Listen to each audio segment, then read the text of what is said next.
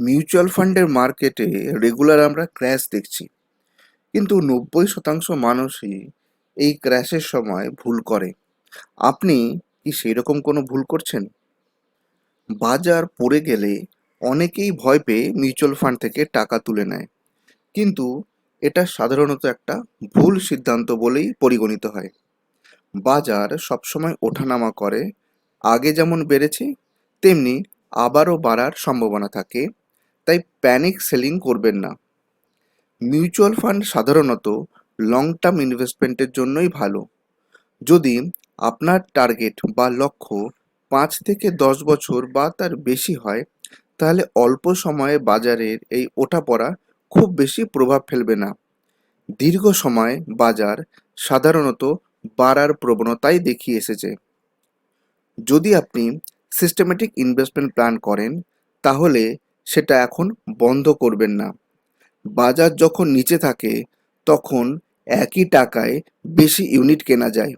একে বলে rupee cost averaging. ভবিষ্যতে বাজার বাড়লে এর লাভ পাওয়া যায়। বাজার পড়ার সময় আপনার মিউচুয়াল ফান্ড পোর্টফোলিও একবার ভালো করে দেখে নিন।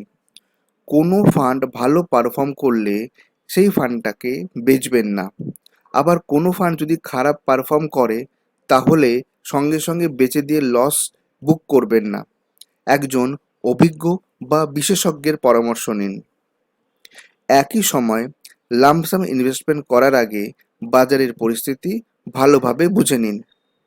ধীরে ধীরে এসআইপির মাধ্যমে যেমন বিনিয়োগ করতে পারেন, তেমনি বাজার পড়লে মোটা অঙ্কের লামসাম কিছু কিছু স্পেসিফিক ফান্ডে ইনভেস্ট করলে ভালো রিটার্ন আসে। অনেক সফল বিনিয়োগকারী বলেন, market correction is an opportunity. বাজার পড়লে অনেক ভালো ফান্ড বা স্টক কম দামে পাওয়া যায়, তাই সঠিক পরিকল্পনা থাকলে এই সময় বিনিয়োগ বাড়ানো লাভজনক হয়।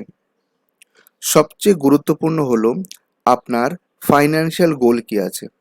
যেমন ধরুন, বাড়ি কেনা বা সন্তানের পড়াশুনো বা অবসর জীবন। এই লক্ষ্য অনুযায়ী বিনিয়োগের সিদ্ধান্ত নেওয়া উচিত। কখনোই বাজারের ওঠানামা দেখে কোনো সিদ্ধান্ত নেবেন না। এ প্রসঙ্গে বলে রাখি, যে সমস্ত ইনভেস্টররা নিজে থেকেই রিসার্চ করে ইনভেস্টমেন্ট করেন, তারা অবশ্যই এই সময় একজন বিশেষজ্ঞের পরামর্শ নিন। আর যে সমস্ত মানুষ প্রথম থেকেই একজন বিশেষজ্ঞের সাহায্যে ইনভেস্টমেন্ট করে আসেন, তাদের পোর্টফোলিও অপেক্ষাকৃত সুরক্ষিত এবং নিরাপদ। তাই সমস্ত দর্শক বন্ধুর কাছে আমার অনুরোধ, আপনার পোর্টফোলিও রিভিউ করিয়ে নিন। আপনি যদি আমাদের থেকে পোর্টফোলিও রিভিউ করাতে চান, তাহলে আমাদের সঙ্গে যোগাযোগ করতে পারেন। আমাদের কন্ট্যাক্ট নাম্বার এই ভিডিওর নিচে ডেসক্রিপশন বক্সেই রয়েছে। এছাড়াও যদি আপনি নতুন কোনো এসআইপি বা মিউচুয়াল ফান্ডে ইনভেস্ট করতে চান, তাহলে আপনি আমাদের সাহায্য নিতে পারেন। আজ এখানেই শেষ করছি। আরেকদিন হাজির হব এরকমই ইনফরমেটিভ ভিডিও নিয়ে। সবাই ভালো থাকবেন। ধন্যবাদ।